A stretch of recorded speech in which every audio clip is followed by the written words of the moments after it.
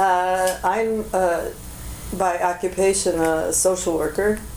I married early, had 3 children, then went back to school after 13 years and got my degree at Syracuse, and have been a psychiatric social worker since 1967, and still do a little bit of that, close to retirement. And but in this profession, you can work as long as your brain works. But I've been active since my college days, actually, when I went to school for 2 years. I graduated from high school at 16 and went for 2 years before I was married, so I became politically active on campus. I'm a Depression baby, a post-World War II teenager, and, filled with all of that New Deal democracy ideals and social justice. In fact, I'm from the North Side, Italian American from the North Side here, raised as a Catholic. And, I really believed in the preachings of my faith until I found out that a lot of the people who profess to be Catholic and believe in Catholic principles actually were, very prejudiced. And on the North Side, you didn't meet anybody of color. It was strictly white. There were several nationalities, but I didn't know any Jews. I didn't know any black people, and so I took myself to the one school in Syracuse that had Jews and black people, and that was way out of my neighborhood. I had to get special permission to go to Central. So you recognized that in high school? Yeah. Well, it was, in the 9th grade. So I had to get special permission from the head honcho of the school district, and so I went down there and told him a big lie that my parents weren't very nice to me and I was going to move in with my grandparents who lived in that district, because you had to live in the district. So now he would have reported my parents to the to someone like you. Well, he would have reported them to the hotline. They would have been in serious trouble. Wow. But I was a bit of a rebel, obviously, so. Apparently. Yeah. So, in 47 and 48, it was the Wallace campaign. There was a lot of activity up on campus. And when Glenn Taylor came to town, who was the vice presidential candidate for Wallace, some of the wires were cut to the progressive students. Big demonstration in Walnut Park. Actually, we had a big peace demonstration in Walnut Park just last summer, and brought back memories of having been there as a 16-year-old and a 17-year-old, and what had transpired in the last 60 years, because I'm 77 now, so it's a long life, as you well know. So. What kind of things were capturing your attention politically in the late 70s, early 80s? Well, in the we went through the Vietnam War, certainly in the 60s, and I have 3 sons, and I didn't raise them to kill anybody. And I certainly didn't want any other mother's son to kill one of mine, so they managed to. So I was very, very active in the Vietnam War protests. And working in the clinic, I was able to see a lot of young men that I thought wouldn't make it in the service. And fortunately, we had a psychiatrist in town who would write an evaluation that way. So we saved a few, but again, they were white middle class. So again, the injustice, the discrepancy between advantage, where you live, what color your skin is, what's in your pocketbook, makes a big difference of whether you get in or not. It's always been true in the Army. You could always buy your way out somehow in the services. So, but in the 60s, I was really busy going back to school, too. So, so even though my heart was in the right place, maybe I wasn't as active as I might have been. raising 3 children, having a 7-room house, and a husband. That was a lot of work. The raising children's a pretty political. Right, right. And they're all, they're not active, but their hearts are all in the right, and their minds are all in the right place. That's the action. Yeah. And my grandson, who's going to be 15, he's been anti-Bush from the beginning, from the get-go. He dressed as Bush for Halloween 2 years ago, and when people asked him who he was, he said, I don't know much of anything. So anyway, we have a long history. So by the late 70s or early 80s, what kind I think the early 70s and 80s, again, it was the empowerment workshops. There were the nuclear stuff. I joined a peace, I was saying freeze. And so I became active in, and then of course they changed their name a couple of times, and then it's now Peace Action. And so I became very active in that. When the television show about the November, Carl Sagan was right down at Cornell, and Helen Caldicott came here a couple of times and talked. And I was on the program with Helen. I took Carl Sagan's place, actually, because he couldn't make it. Well, they needed another person on the panel. But talking about the nuclear winter and trying to raise the consciousness of the American people that there was a serious threat, not only by design but by accident. So, with all these bombs flying around in this arsenal from the Soviet Union, and what we had here. And that all you needed was one bomb and one match, and the whole thing could go up, So that's where my involvement was. I had graduated then from social work school, and I was working. The kids were older. So Phyllis Berman and I did, she's a psychologist here, she and I did the empowerment workshops at the time. And so we did them for our profession as well as for the public, and that was hard work because you really had to get people in touch with the fact that they had numbed themselves because it's too scary to think about the world, the kind of world we live in. So tell us a little more about the empowerment workshops, what they were for people that won't know what. The empowerment workshops would have people visualize what the world might.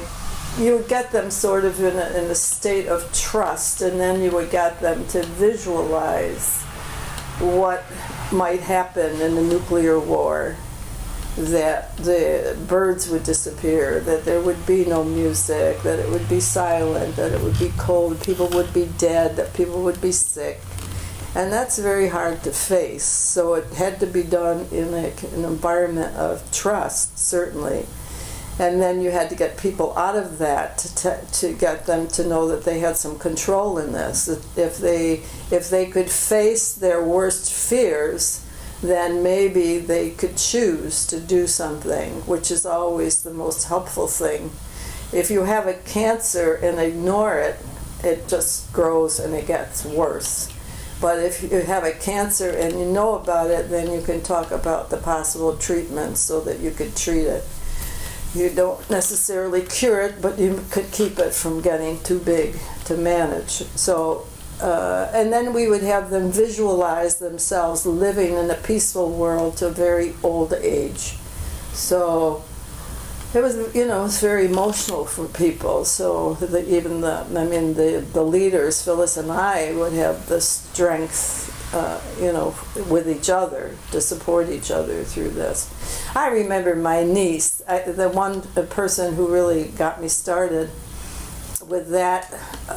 My kids were already grown now, but they were beginning to report how many visual signs there were of violence in the world and war on television that were impacting little kids. And I remember a niece of mine saying to me, I think she was younger than 10, that she didn't think she'd live to be 30 because there was bound to be this war that would destroy everything. So when you get in touch with children's fears, because they are inundated with images of violence all the time. I mean, if the kids are watching now, they're really, because of the Bush administration, shielded from some of the stuff that they weren't shielded from in the Vietnam War, because of the policy to not let the American people know what's going on.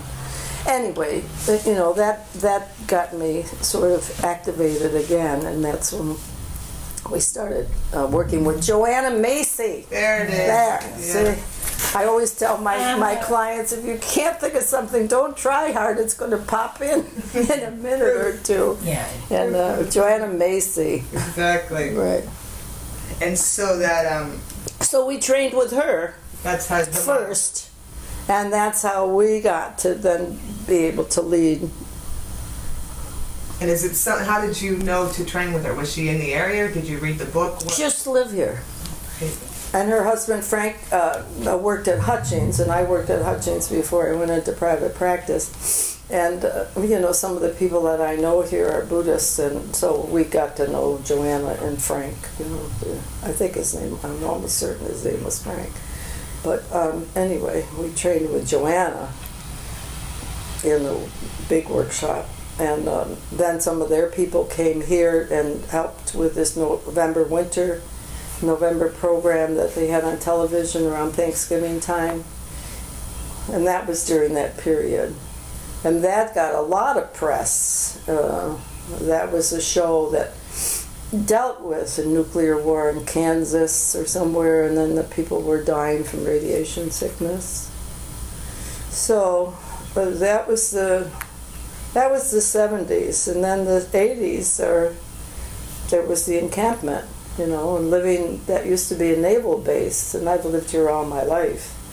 Sampson Naval Base, and then it became the Seneca Depot, and then the Women's Encampment. So it was nearby, and then the one day I went, we visited the house and met some of the people from the English women's camp.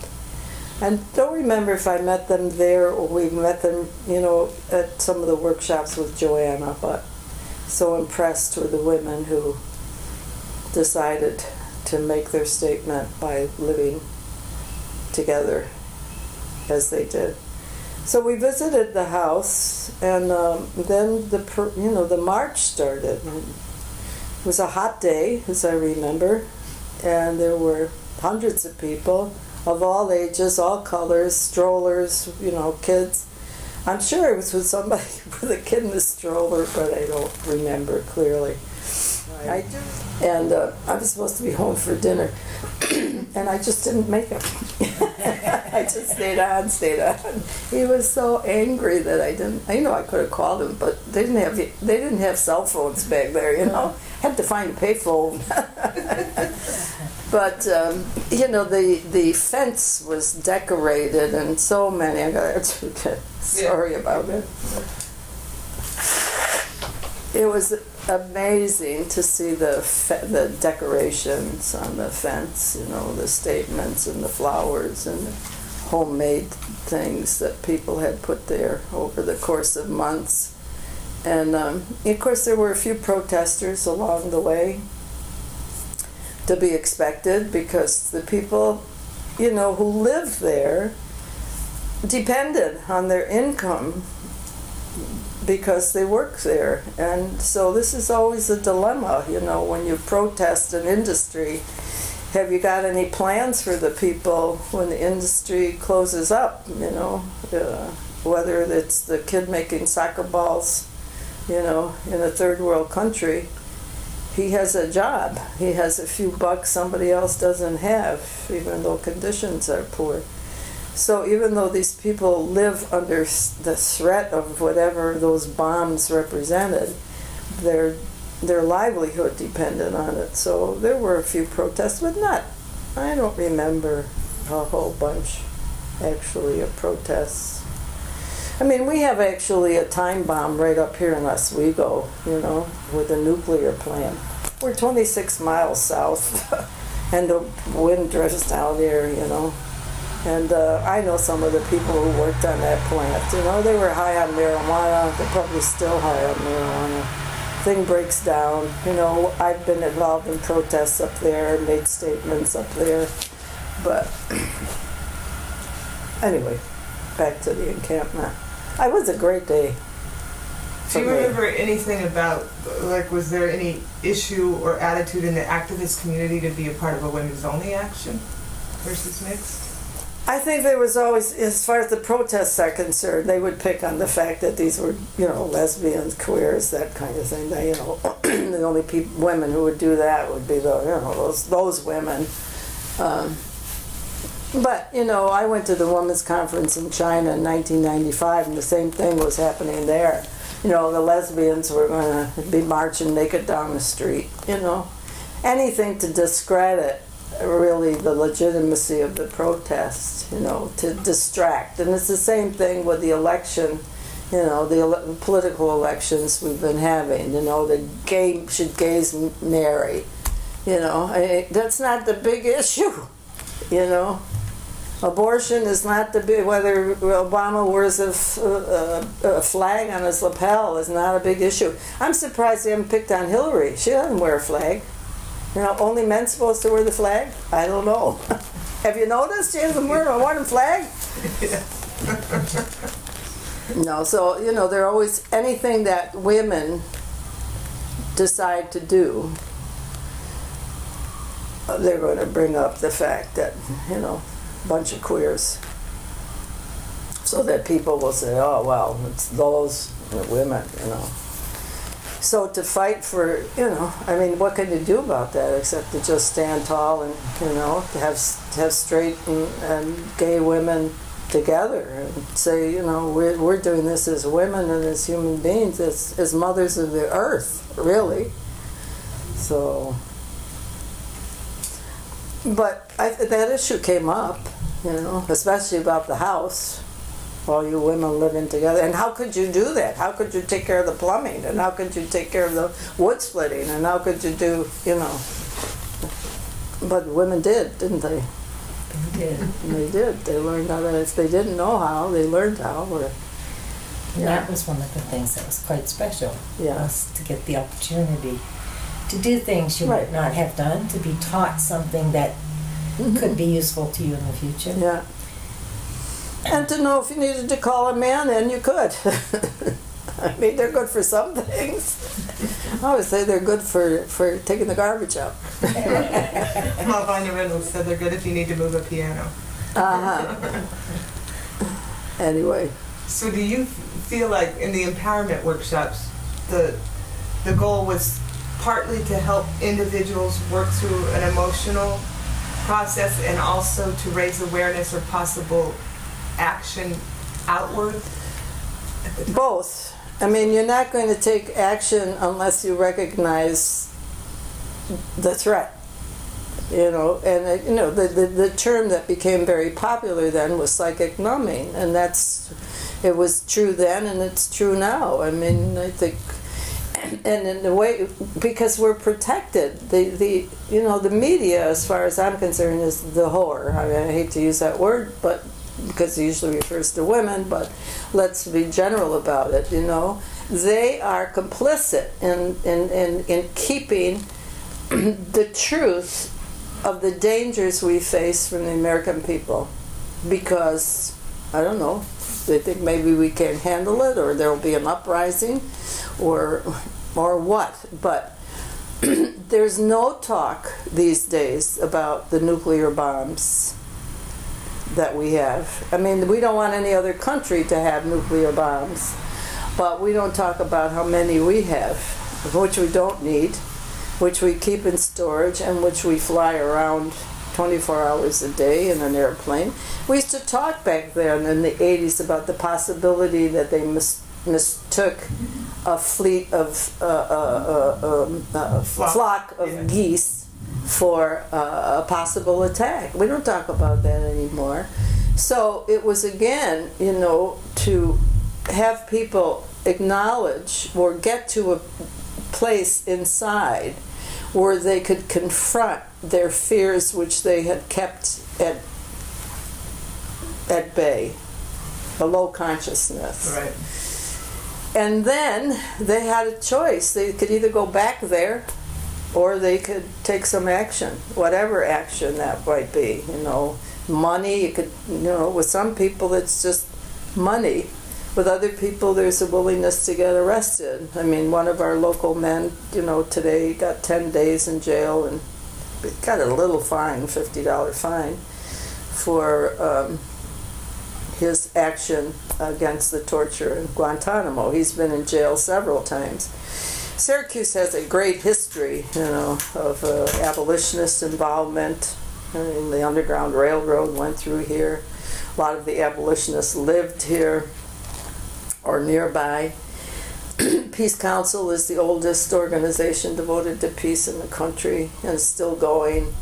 So we've had a number of people willing to go to jail. The Catholic Workers Movement is active here. So, but getting back to your question, so you would really get people to recognize that there was a danger, that their future and their children's future and their grandchildren's future was at stake here. We also have the Onondaga Nation here, which talks about 7 generations. So get them in touch with that, and people would cry, and people would really get to the depths of the fear that they might not be able to hand over this beautiful world to their children and their grandchildren. And then say, there are things you could do. You could join peace action. You could protest. You could write a letter. You could do whatever it takes, whatever you think might make a difference. In your estimation, did the sort of surge of consciousness around nuclear war, nuclear winter, the kind of work people were doing, and then also the political work, Seneca in different places, trying to bring awareness about nuclear power plants and weapons, do you feel like that had an impact on governmental nuclear policy at the time? I think at the time it did, but I don't think there's not much happening, or it's happening very quietly. Today. People get tired too, and the question is, how do you motivate the young people? And it's good to see that the young people are motivated around Obama, who seems to present a different person. Sort of a Kennedy person. Not that I was a great admirer of Kennedy, but young people have needed to be inspired by somebody, by something, by some movements, and the movement they were inspired about was PETA. The protection of animals, which is fine, but they weren't being active, against this war. So, but when we look at who's serving, it's not the college kids, you see, and they don't seem to have much investment in protesting. So it's hard work, and you have to, you need to have a very supportive community to keep on doing the work. And there are some real, people in this community who have been active for a long time. So you do what you can do. But it's always a problem of getting new blood, and it's always a problem of getting people of color, because they have different issues. I mean, I was president for a while of the local division of the Civil Liberties Union, and I was on the board of Peace Action for years, and it's always an issue of how do you get people of color and Native Americans to join in. But it's tough. But it's always, and part of the problem is you want them to come to us, but we don't go to them because we're too busy, to go to them. The one person who used to go to them years ago was Lillian Reiner, and she was active till the day she died. She'd show up at every demonstration, and she had so many. Do you know about Lillian? She's a character from this this community. She's related to the Newhouses, who own all the newspapers, but she was a radical, very active in the Rosenberg campaign, as was I back then. And she had more badges than anybody, and she'd have to pin them on all the time. So I said to her, Lillian, why don't you get a Girl Scout banner and just put those things on and just put that on every day? There's a book written about her. She's quite a lady. She went to all the Hiroshima demonstrations. You know, we have a parade down South Salina Street every year. She was always there. She was at everything. But she belonged to the NAACP. See, she would go.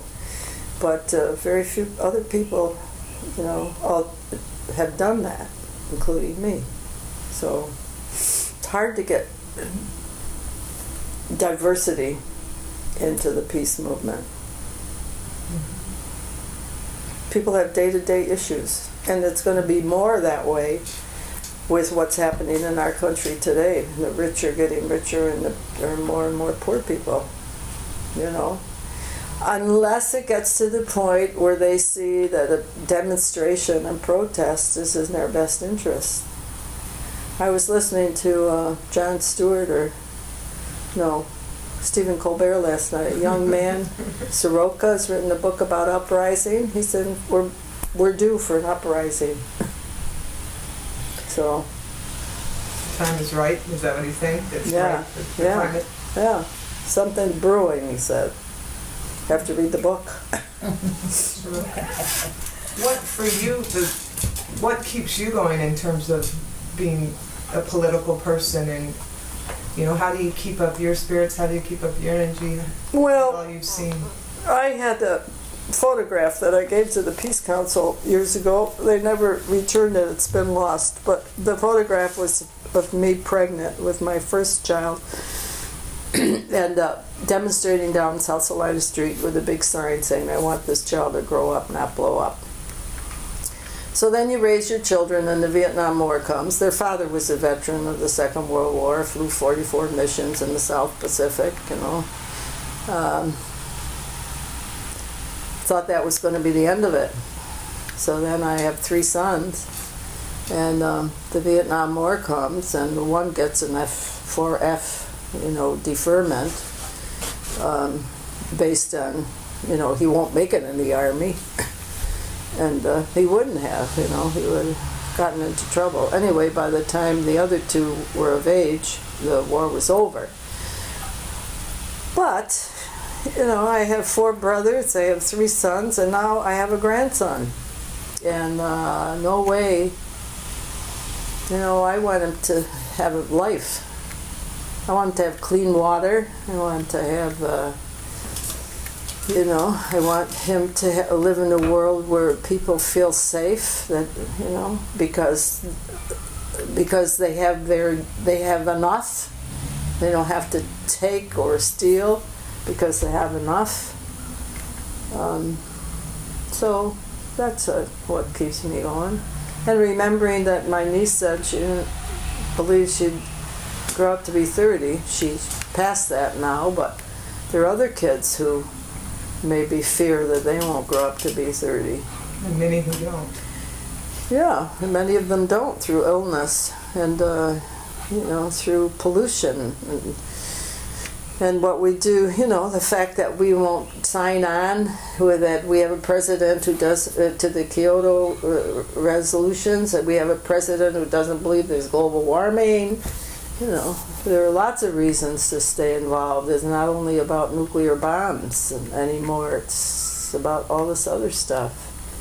The fact that the forests are disappearing. I mean, I have traveled quite a bit, and I've seen glaciers, and then I see pictures of the same glaciers I saw, and there's less of them. And once they're gone, they're gone. I saw pictures of the redwoods the other night on television, and people want to cut those down. Once they're gone, they're gone. So then last night I saw that program about this group of people that they found in Peru that they knew existed, and these people are what we would call Aboriginal people, they were trying to shoot the helicopter down because they know that this helicopter was only trying to prove that these people exist so they could be protected, because they know that the logging industry wants to take their land. So, those are the things, I'm awake. I guess that's why I'm not asleep. I'm not so scared that I have to say this is not happening. But then again, we all make choices. I'm not as active as I could be, they should be, but I try to be kind to myself and say, I do what I can do. Mm-hmm. Not willing to get arrested yet, but I still have time. You haven't been arrested yet? No. That's good. No, but some of my best friends have been. Yeah. Is that because of the kind of war? What were your reasons for? Have your reasons been that have held you back from being arrested? Being arrested. I don't know. I like the outsides too much. I don't know if I can stand being penned up, but that would mean going to jail. That doesn't mean I couldn't get arrested. I wouldn't go to jail the first time. Yeah. So I still might. Keeping your options I might be a 93-year-old woman being arrested, and then I'll get some sympathy. Why are they arresting that 93-year-old lady? Right. So. What's your take on humans in this world and culture? Is war necessary? Is it inevitable? It's a good question, but you can just give us an overview. I was doing a workshop for a bunch of Unitarians about psychic numbing, and I remember one of the men shocked me by his statement. He said, "Marianne, why do you think people won't become extinct? Who says? Other species have become extinct. Who are we? Just because we think and we've had culture, but there's nothing that says that we're going to go on forever." And sort of a wake-up call, So it might not be war that destroys us. It might be the degradation of the environment. I mean, if the water supply, it doesn't take much. It takes one little chink in the armor and, you can fall. So if the water goes or disease, they were talking about the flu a few months ago. You notice they're not talking about that anymore? That if the flu took over, it would affect the banking, and that would affect the produce that we've become dependent on. That you couldn't get your kiwis from New Zealand because they would stop them at the border. You couldn't get, whatever, your apples from Australia, whatever. It's so tied up. Yeah. So is war inevitable? Seems to be. That if you make the weapons, you have to use them. I don't know what it would take. I grew up thinking that the Second World War was the end, because that's what they said. This is the war to end. Was it the First World War or the Second World War? I think the Second World War. This is the war to end all wars. That was 1945. By 1950, we were in a war. We've been in the war ever since. We just don't call them wars. We call them even the Korean War was the Korean conflict. And then there was Grenada, and then there was the Gulf War. That's not called a war either. And then we got the Iraqi freedom. Ugh. See, that's another thing. We give the language away, We don't call things what they are. And I was really angry with the women's movement. Not angry, but upset that the women's movement gave life to the other side. We took the word choice. They got life. So by giving them pro-life, it made us sound like we were against life. And now they have a big sign. Choice is not, a human being is not a choice. It's too late to take the language back. But, you know, there's spinners out there with the language. Absolutely. You know, enemy combatants, you know, any way to get you not to know what the hell is going on. Collateral damage. Collateral damage. Those are people, you know. So I don't know. You know, I have faith, and then I have the other side of me that says it's hopeless. You just have to keep on trucking, do what you can. Maybe you just do it to make yourself feel better, but what's wrong with that? You know? Do you think there's anything innate about women in terms of activism or protest or seeking social change than men in terms of humans? You bring anything different to the table? I think women bring something different to the table, but women are also afraid. And they're afraid because they can use the language against us. We're ball breakers, we're lesbians, we're aggressive, not assertive, we're hysterical. You know, that word comes from the womb. We're hysterical, not excited, you know. I mean, they have ways to make women hold back sometimes. So when Haldecott makes the suggestion that women should take their babies and take their diapers off and run them through the halls of Congress while they're in session, no woman does that. But, you know, maybe that was needed, you know. Let them pee and shit in the halls, you know, the chambers there. Let them run around. There's already a lot of bullshit going on. That's right. Have it be authentic, you know.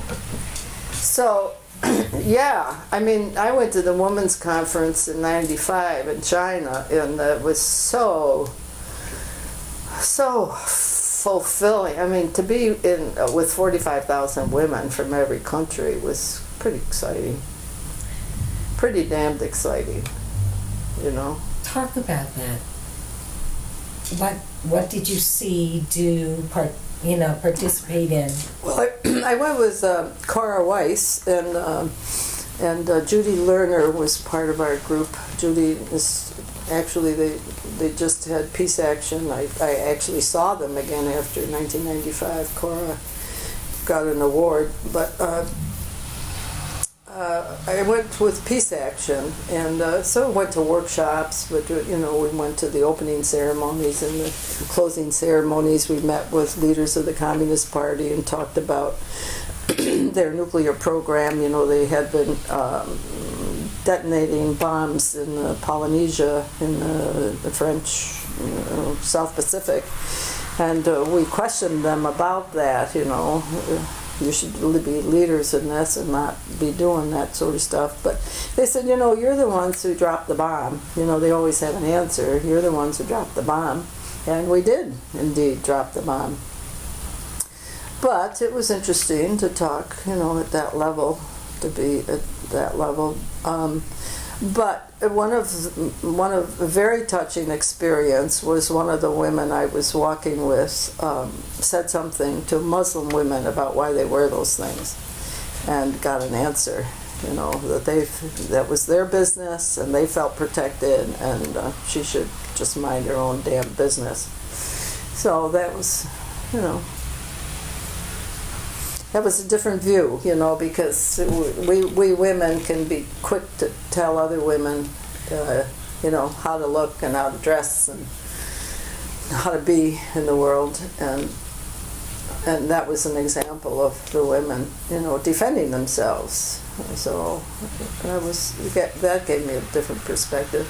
But to see the women with different their cultural garb and some performances, and it was just exciting, very exciting. I'm sorry there hasn't been another one, but we thought we had done it. You know, they made their declaration that women's rights were human rights, and that's over. But you know, the issues that affect women, and I was in Tanzania last June, just to go on a safari and to visit the country.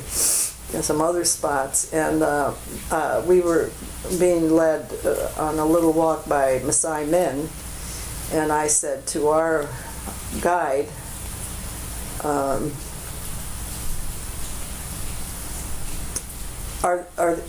the women about the female circumcision and mutilation? And he said he won't marry her unless she is. So the educated, some of the educated are different, but it's still going on. And so the question, arises, do we have the right to say that this shouldn't happen? I say yes, because it's bad,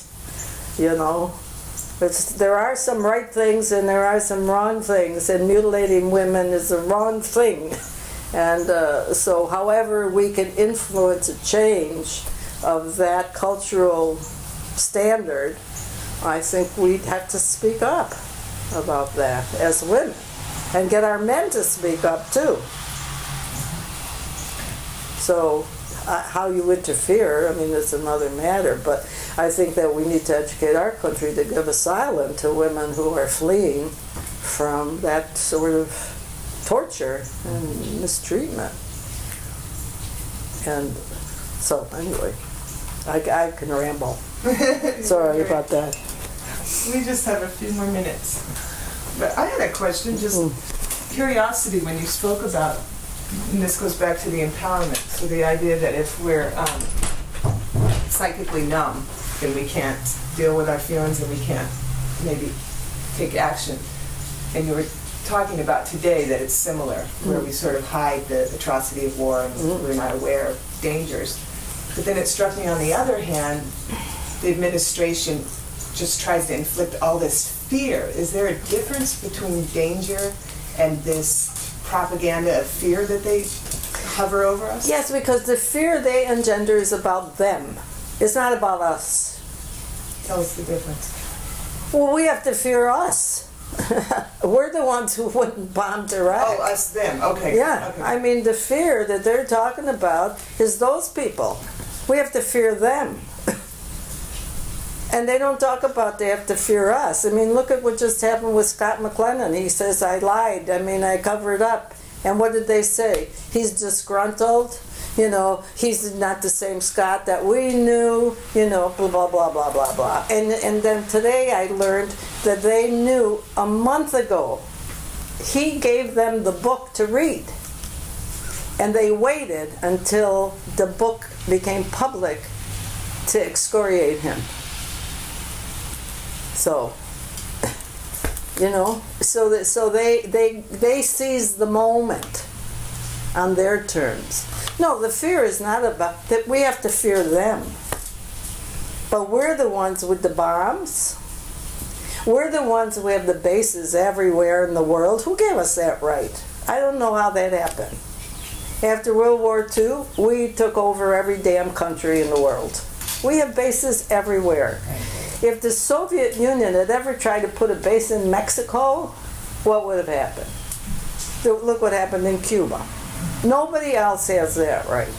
We have the bombs, we have the bases, we have the means, we start the wars. But it's not us, it's them. That's the difference. So, you got to put people in touch with reality. We call them torturers. Yeah. Right. And they're sitting in Washington. But if you call Bush a torturer, people will say, or they would say, not us, we don't torture. They got tapes of Condoleezza Rice approving of torture. And when they confront her, she says, we don't believe in torture. You're living in a crazy world here. I'm a therapist. Those people would be called out of touch with reality. Mm-hmm. Well, they've created a reality. Of their own. Yeah. Mm-hmm. Yeah. So that's to me, that's the difference, And the truth is, they don't want us part of it. No. And so that would be part of it's not part of the numbing. The fear of even criticizing your government then makes you one of them. That's how they have designed it.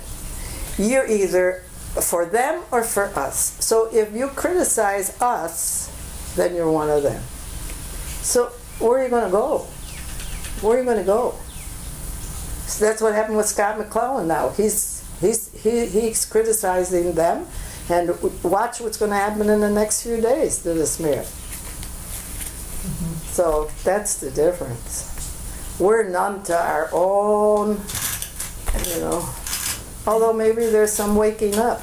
But see, without a free press. I'm just going to come to the press. The Vietnam War changed when they started showing those coffins. He's got orders you don't show those coffins. The news is but the news is coming out. Do you know the rate of suicide? Higher than the rate of dead in battle. Higher than the rate of dead in battle.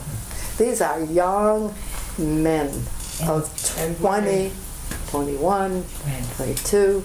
And the numbers of post-traumatic stress is I mean, it's almost across. And if you're a female soldier, the number of sexual violation and harassment and abuse. And right. But the mental health community cannot keep up with what's going to happen with these veterans. We've had injuries they've never seen before that these kids have to live with because you have better medical treatment on the battlefield. So they're surviving, but they're burned, their brains are gone, they're amputees, and who do they parade out? They parade out the ones who say, oh, it was all worth it. Well, they're going to do that. They're going to do that. And they don't even talk about the destruction of this country, of Iraq. And then you got McCain saying he's going to go to war. And when Hillary, you see, don't get me started on her. And Eric wrote that wonderful article about how she has to out-militarize the men. I mean, it's, blacks have to do better than whites. She has to do better than a man. So she's going to go to Iran and she's going to kill all those people. And they pointed out that the first thing Margaret Thatcher did, talk about the difference in women, she started a war in Falkland Islands. Iron Lady. So can you be a woman and breastfeed and still lead the country? I don't know. And people who talk to the native.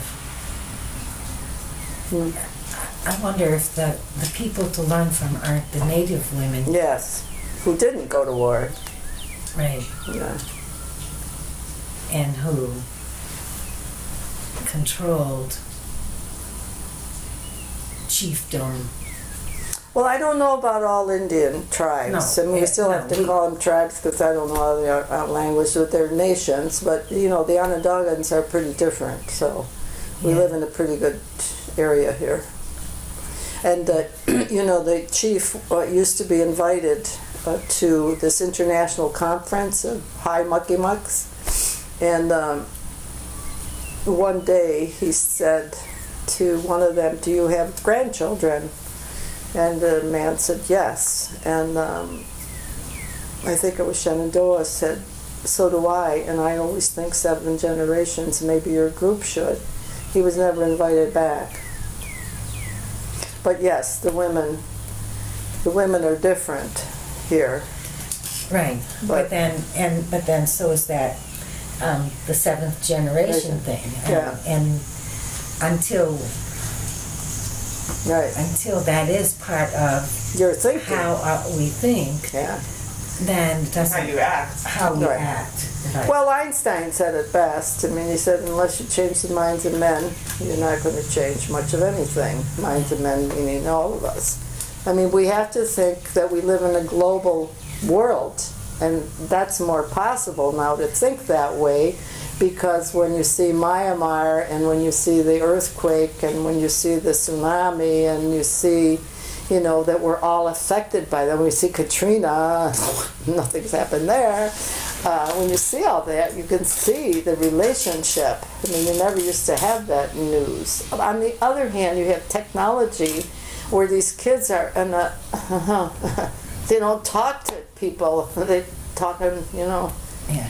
And my feeling is that pretty soon you won't need a cell phone because they're going to put one right here in your brain. And we used to call those people schizophrenic who walked down the street talking and there was nobody there. Now they're all talking. Everywhere. You don't know, they're everywhere. As soon as you get off the plane, there they are. But it only In the makes supermarket, sense. honey, do you want a grade A eggs, big or small? But if you live in an insane world, isn't it pretty much that we should all become schizophrenic? Or I know. Well, it is. Something. And on that we have to end. I That know. we all live in a psychotic We do. The world's who's crazy. I sometimes say to my kids, "Are you sorry that you were born into this family? Wouldn't you like to be part of the majority?" And they laugh at me.